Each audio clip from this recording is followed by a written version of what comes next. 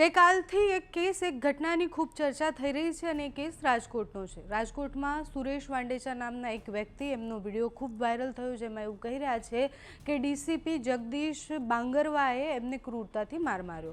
એના પછી એ યુવક કોળી છે અને હવે કોળી સમાજના જેટલા નેતા અને આગેવાનો છે એ બધા મેદાને આવ્યા છે। ગઈકાલથી જ એક પછી એક નેતાઓ એવી પ્રતિક્રિયા આપી રહ્યા છે કે જે પોલીસકર્મી છે કે જેણે ક્રૂરતાથી આવી રીતના માર્યા છે એ બધાના પટ્ટા ઉતરવા જોઈએ। હવે ધીરે ધીરે પક્ષ પણ આમાં આવી રહ્યા છે, એટલે કોંગ્રેસમાંથી નેતાઓ આવી રહ્યા છે, આમ આદમી પાર્ટીમાંથી નેતાઓ આવી રહ્યા છે અને બધા એક જ વાત કરી રહ્યા છે કે અધિકારી સામે એક્શન લેવાવા જોઈએ।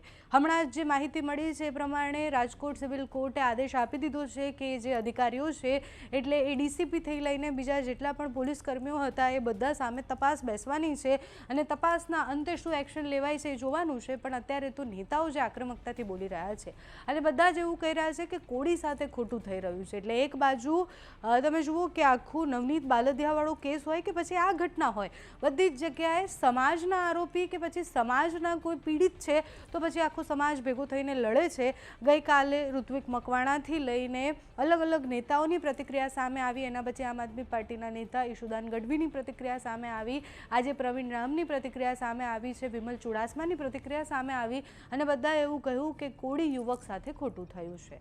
જ્યારે આવી ઘટનાઓ જોઈએ એટલે પીડિત તો પીડિત છે, આરોપી હોય જે રીતના એવી રીતના પીડિત છે। કોઈ પણ સમાજમાંથી આવતો હોય એ ક્યાંય પણથી આવતા હોય, બંધારણે એને અધિકાર આપ્યો છે કે જો એની સાથે ખોટું થાય છે તો એને લડવાનો અધિકાર છે।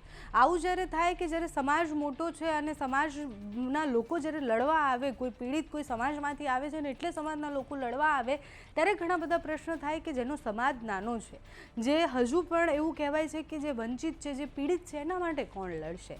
જ્યારે નેતાઓ બોલતા હોય છે ત્યારે અમુક વાર રાજનીતિ આવતી હોય છે, સમાજના આગેવાનો બોલે ત્યારે સમાજની વાત આવતી હોય છે, પણ પ્રશ્ન એ થાય છે કે જ્યારે પણ કોઈ પણ સાથે ખોટું થાય છે, બંધારણના પહેલા પાના પર એ લખેલું જ છે કે બધા સમાન છે અને બધા માટે કાયદો પણ સમાન છે, બધા માટે આ બંધારણના નિયમો પણ સમાન છે, છતાં પણ જ્યારે સમાજ ઉપર આવી જાય કે પછી રાજનીતિ ઉપર આવી જાય ત્યારે એવું થાય કે જેનો સમાજ નાનો જ છે શું એને ન્યાયની અપેક્ષા નહીં રાખવાની। આખી ઘટનાઓ ખૂબ અલગ અલગ છે, પણ ગઈકાલની ઘટના પછી એવું થયું કે આપણે બહુ બધી ઘટનાઓ આપણે આની પહેલાંની લઈએ, નવનીત બાલદિયા પહેલાંની પણ અનેક ઘટનાઓ એવી છે કે જેમાં સમાજ આગળ આવીને એવું કહે કે અમારા સમાજના યુવક સાથે ખોટું થયું છે।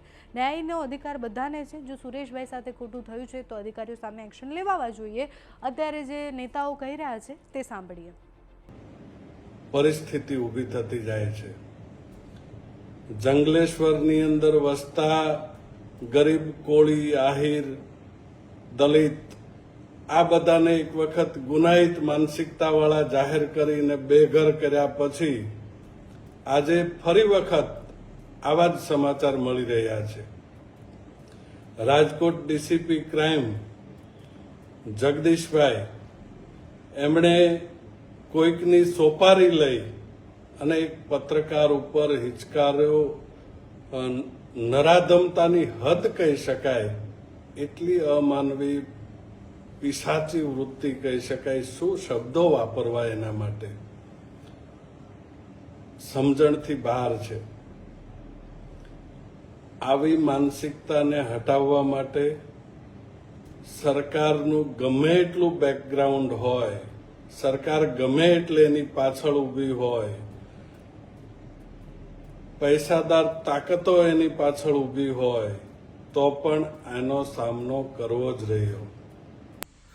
રાજકોટ મુકામે ડીસીપી દ્વારા જે કોળી સમાજના પત્રકાર અને યુવાન સુરેશભાઈ ઉપર જે ખોટી રીતે ધરપકડ કરી અને એને પોલીસ કસ્ટડીમાં લઈને માર મારવામાં આવ્યો છે, ધમકીઓ દેવામાં આવી છે, ખૂબ ક્રૂરતાપૂર્વક એમને માર મારવામાં આવ્યો છે।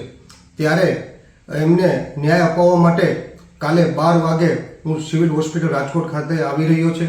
ત્યારે મારા કોળી સમાજને અને તમામ સમાજને હું આહ્વાન કરું છું કે કાલે 12 વાગે ત્યાં સિવિલ હોસ્પિટલે હાજર રહી જેથી સુરેશભાઈને આપણે ન્યાય અપાવી શકીએ અને આવી રીતે કોઈ પણ રાજ્યનો અધિકારી હોય કે રાજ્યનો કોઈ પણ ગુંડો હોય કે સુરેશભાઈ કે કોળી સમાજના કે કોઈ પણ અન્ય સમાજના લોકો ઉપર અન્યાય ન થાય અને હંમેશા જ્યારે કોળી સમાજ કે અન્ય સમાજના લોકો હોય એને જ્યારે પણ એની ઉપર અન્યાય થતો હોય ત્યારે એને ન્યાય અપાવવા માટે હું હંમેશા આપનો વિમલ ચુડાસમા બાજુમાં રહ્યો છે અને રહેવાનો છે।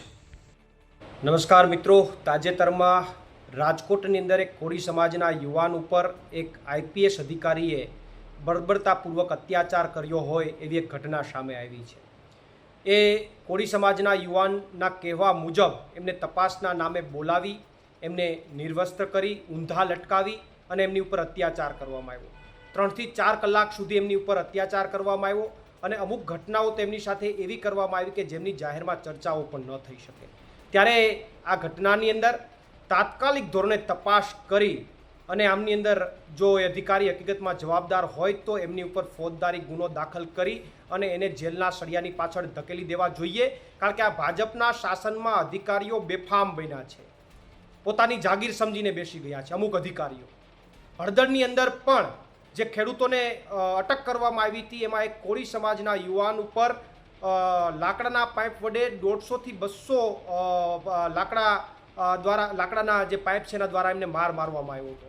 અને અહીંયા રાજકોટની અંદર પણ જ્યાં યુવાન કહે છે એ પ્રમાણે એમની ઉપર અત્યાચાર, કોળી સમાજના યુવાન ઉપર અત્યાચાર કરવામાં આવ્યો છે. ત્યારે આ કેસની અંદર તાત્કાલિક ધોરણે એ જવાબદાર અધિકારીને જેલના સળિયાની પાછળ ધકેલી અને કોળી સમાજને ન્યાય આપવામાં આવે એવી મારી ઉગ્ર માંગ છે. પ્રવીણ રામ, પ્રદેશ ફ્રન્ટલ અધ્યક્ષ, આમ આદમી પાર્ટી.